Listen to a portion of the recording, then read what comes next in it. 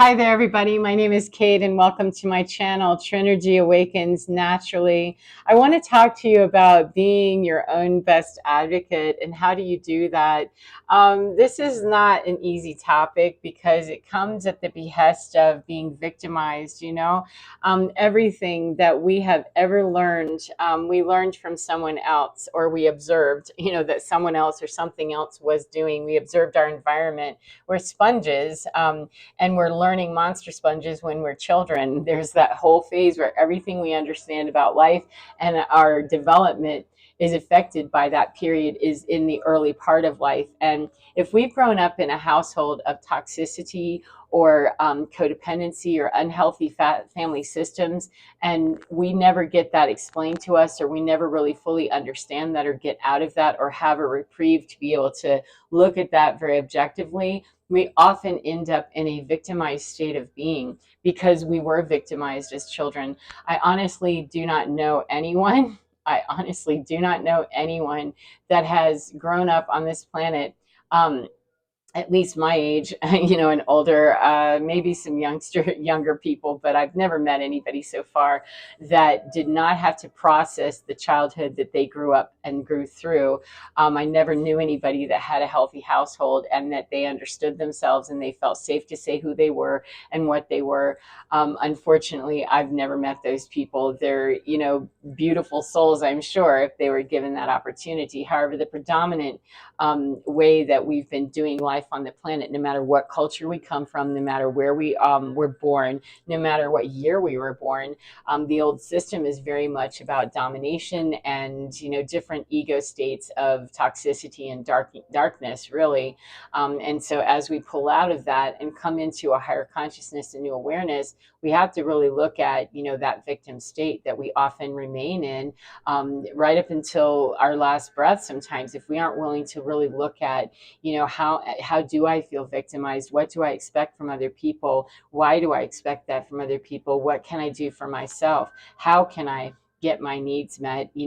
What's very realistic about all of that? And we have a lot of education and advocacy for that. However, what we also have is a whole lot of pushback and a whole lot of confusion, in mental health and in, arenas where people are talking about being empowered and stuff. And yet, it's still missing some things, when we don't talk about that.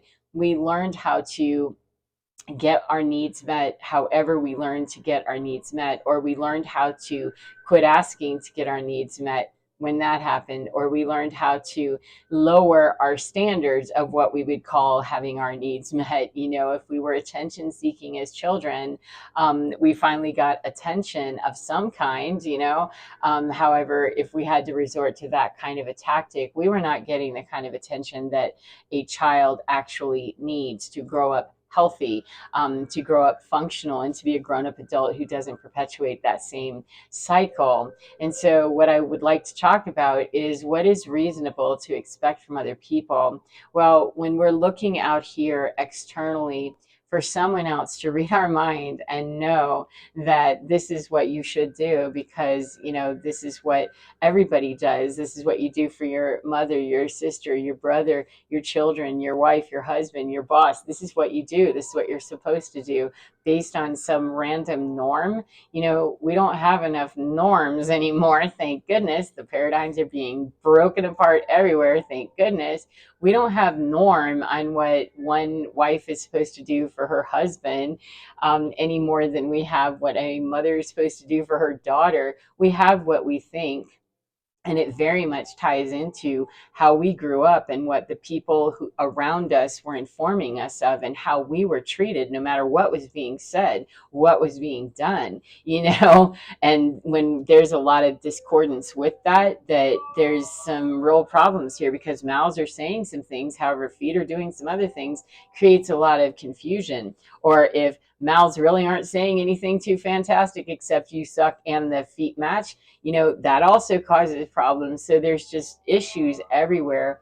And if we go back to understanding that we're sponges and we're learning at the very early portion of our life how everything works, we're learning how we deal with things, we're learning with how other people deal with things, and they're teaching us. And we don't really learn what emotional regulation is about. We're learning that anger is dealt with out here that way.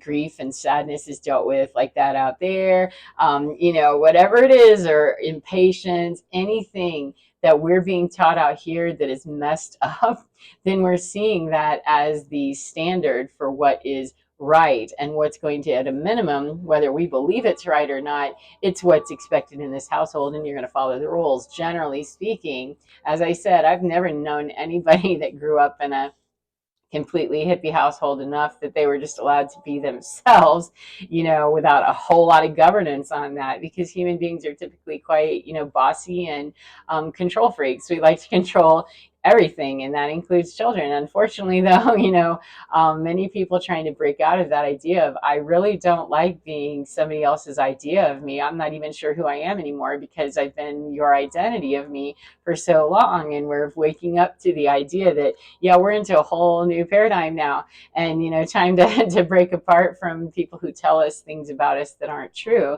the mind monkeys that are installed by people who really just want to be in control because they were raised that way. It causes so much pain, and it causes so much grief, and it causes so much confusion and cut off from our emotions, sterile, cold people who just cannot hang with that. And then if there is a person, the paradigm buster, the paradigm breaker is not the fan that, is not having a whole fan club associated with them typically. Yeah, that person, they're usually the ones that are going, well, wait a minute, hold on a second, because that's just busted shit right there that you're saying. That, no, that's nonsense, and you're hitting me on top of it. And no, you're the one that's wrong, and yet I've got no place. I have no place is safe, no safe adult that I can go to and express my rage and my sadness and my shock and my awe and my abandonment and my, oh my God, my grief that, oh, this is the nut show I live in. Oh my God, it left me anyway as a child, and I'm sure many others too, highly confused, and yet not. I mean, one part of me understood this is some nonsense, and these people are just, they're crazy. This is absolutely out there in some other dimension of what the, that you're justifying this. I know I'm not wrong. And yet I still did not have anybody who gave me a safe forum, a safe haven to be able to say that.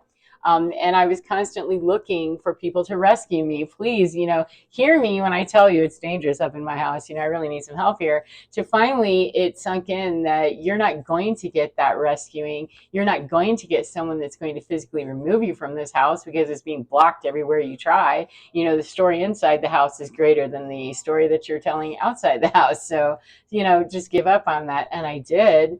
But I still didn't learn how to deal with those stuffed down emotions, and it leaked out other places and then perpetuated the problem of, see, you're the scapegoat and you're the one that's causing all the problems.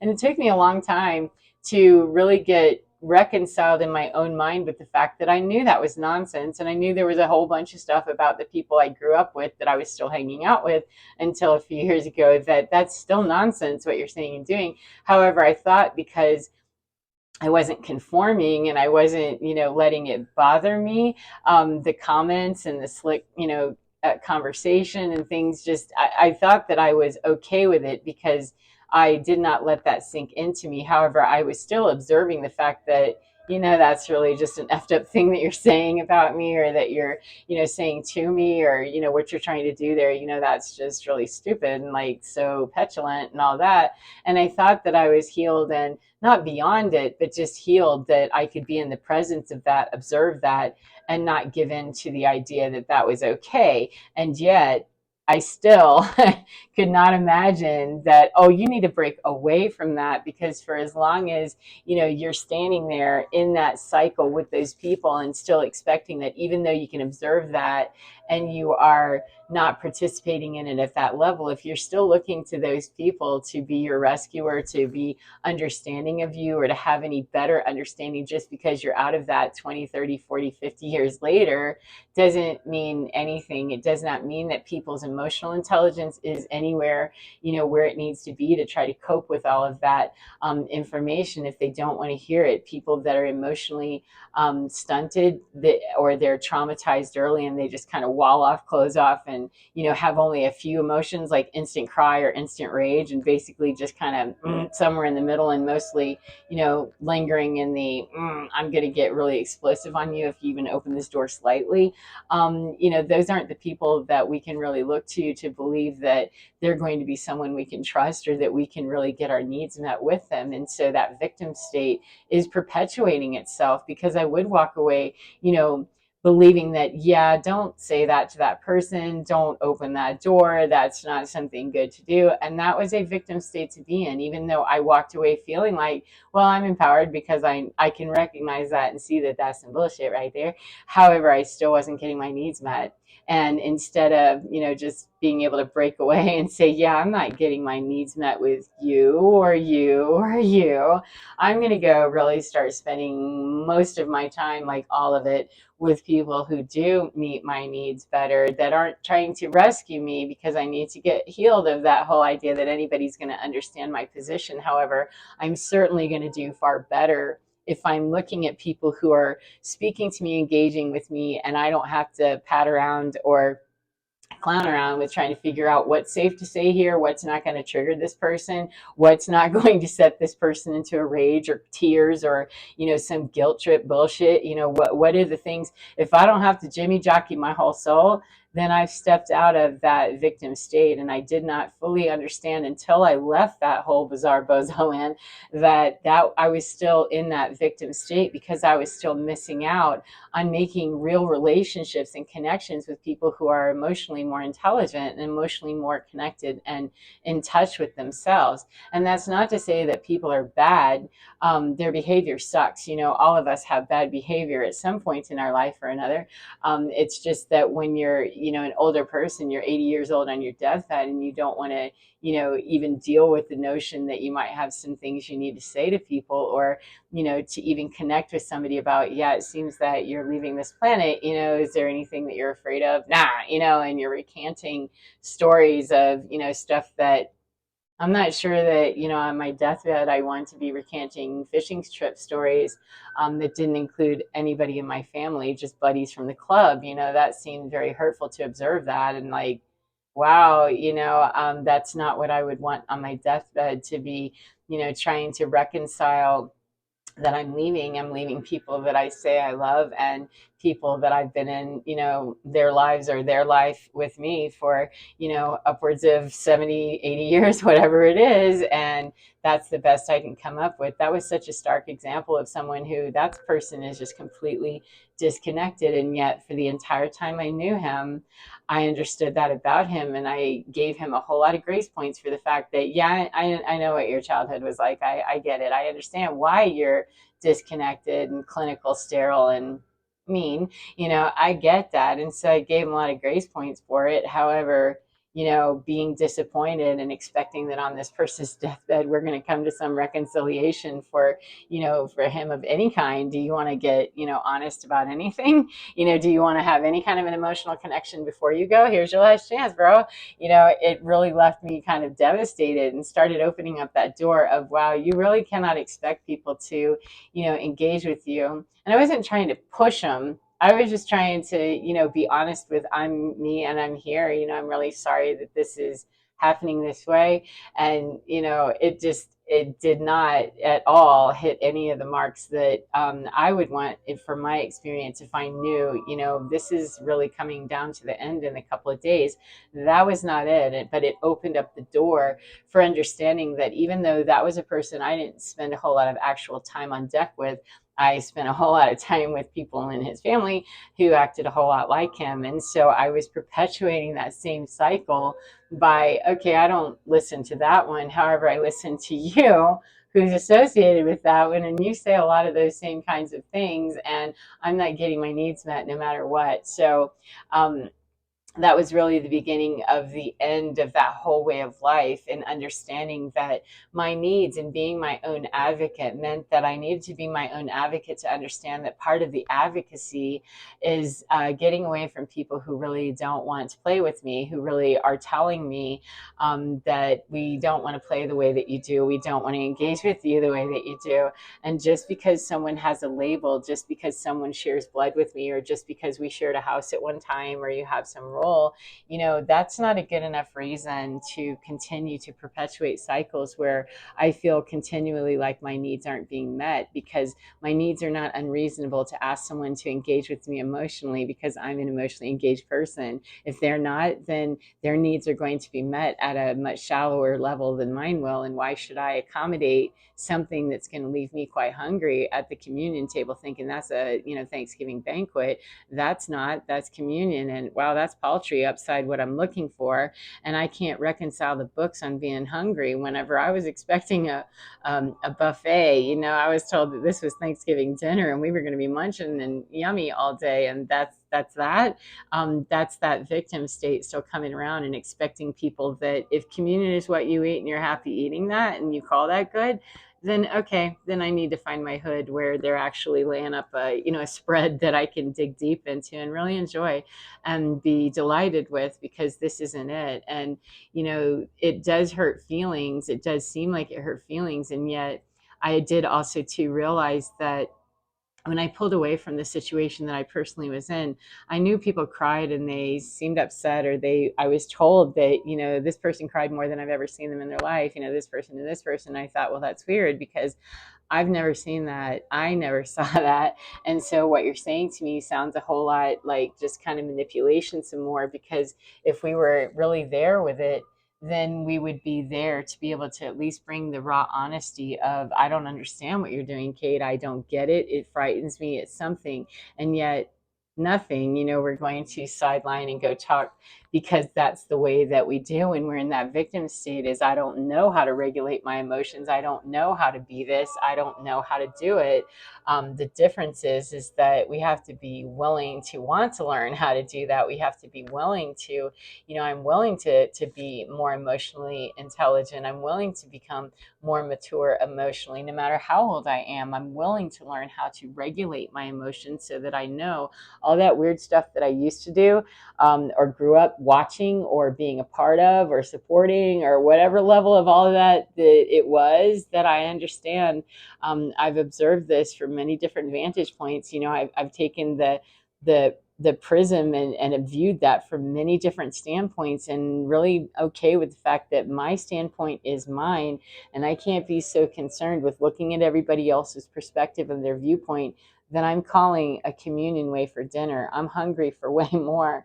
And if other people aren't, then the sadness and the grief that I carry is mine, of how do I meet my need to deal with that, and find the people that are speaking more like me, that seem more, engaged, and show me they're more engaged than that. And if other people, wish to let that ego death and that soul cracking experience that we all went through, if they allow that to be something more than just, more of a stance to continue in that perpetual victim mentality, then it can be. We can all find our emotional resonance. We can all find our balance, and we can all find our emotional stability and learn how to regulate it. However, we have to be willing. That's the first step.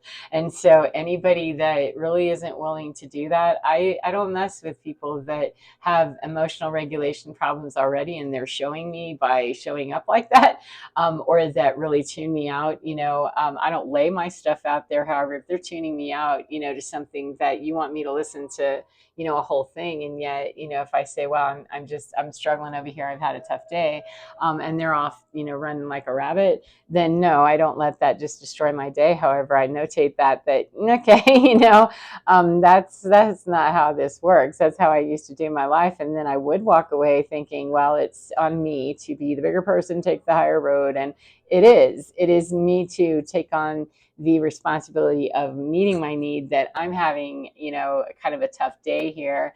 And it isn't anybody else's job to support me in that. However, I really need to, cease and desist on talking to you, because there are people out there that, though I don't expect them, I can't expect them to lift me up on a bad day. There are other people that I can look to in a supportive way, and they can meet that need by just being there for, can I have a hug? Today's kind of a rough day. Cool. Can I get a hug? Nice. Thank you very much. And I find that that's actually, those are the kinds of people that I'm fortunate enough, the very few that I have, that, I have one friend that I don't see her very often, and we don't really go out, too much or do anything too much. However, we're connected enough in a spiritual way that, I saw her the other day. I'm like, yeah, it's been rocking and rolling a little bit weird, hasn't it? And she's like, yeah, I've had bubble guts, and I just, it's so bizarre. And I don't know a whole lot about her in terms of her, details and stuff and her life and all of that. And yet we connected there. And I said, oh, can I give you a hug, and get a hug from you, because I've been feeling that weird stuff too. And she said, oh, yes. And we just kind of hugged each other and clung to each other for a minute. And it was just enough to, make that fist bump of, yes, I see you. I see what you're going through. And I know you don't expect me to lift you up out of that nonsense any more than you could lift me. That's not what we're communing here with. And thank you for observing me, seeing me, and really caring about me genuinely, and leaving the notion on both sides that, if you need something more than just, far off support, please let me know. However, making those kinds of connections are far more nourishing to me. And then I don't need, a banquet, but every once in a while, but trying to call communion wafer relationships and connection something that's really feeding me when it's not. It helped immensely to stop being angry at the communion wafer givers, and move off of expecting a whole lot. That's like expecting kindergarten children to, play pro football or something, and they're in the Pee Wee League. You got the flag football Pee Wee League over here. They're not anywhere near being ready for that. It's just that it kind of freaks our mind out but they're grown-ups. They should know this, we should know. Well, how would we know if we never learned and we were too frightened to go down that road to even try to learn? Courage is something that really, some people come with it more naturally, and some people don't. It's no different than people who are highly gifted at the piano. They just have a proclivity for it, or they have a proclivity for math, or they have a special ability that seems quite easy for them to do, painting, art, something like that courage is kind of like that. It's not something I've noticed that we just instinctively have, and then it's somehow stripped away from us. Some people just seem to have more of a special gift in I'm just kind of a warrior on this. I can go through this and do this and still be soft and gentle. When we meet people that are warriors who are muscling through stuff, and they're not ever soft and gentle, that's not really true courage. True courage is being able to recognize that I have to nut up sometimes and do things that I just really don't want to do. I have to have the courage to be vulnerable with myself and with, what I consider my God, or my own soul, my spirit, and then be vulnerable in the world without letting that crush me. So I hope that's made sense to you in some way. And I hope that you enjoy your day, no matter what part of the day you're in, and get within your skin, because you're divine. It is so, so fine, no matter what you learned anytime, no matter what you learned in your childhood, no matter who your deepest, darkest, villain was, no matter what kind of a dark villain you've ever been. We've all played all the roles, at some level or another. Okay. We maybe not all been, just class A felons or something, but we've all played some level of something we weren't proud of. And we've all been associated at some level with someone else that, yeah, that wasn't cool. And it's okay, because we can move through that. It's just a matter of making sure that we know how to meet our own needs. How can I be my best advocate by saying, yeah, I'm going to start with not asking anybody else to take that role, because invariably at some point they will disappoint us if we do, and getting better about meeting our needs there first. And then we'll find all those ways that really nourish our soul, that we can have our own Thanksgiving banquet instantly like that. Like, what was her name? Bewitched, the chick from the Bewitched, that we can just make that happen. That there's my buffet right there. I'm good, and then we can extend that to other people too, that know how to respect that. So as I said, get within your skin and enjoy your day, and enjoy your divine, because you're divine. It's absolutely lovely. It's totally gorgeous. and it does know emotional regulation just fine. Take care of your gorgeous selves, and I will see you again next time. Goodbye, my friends. Mwah.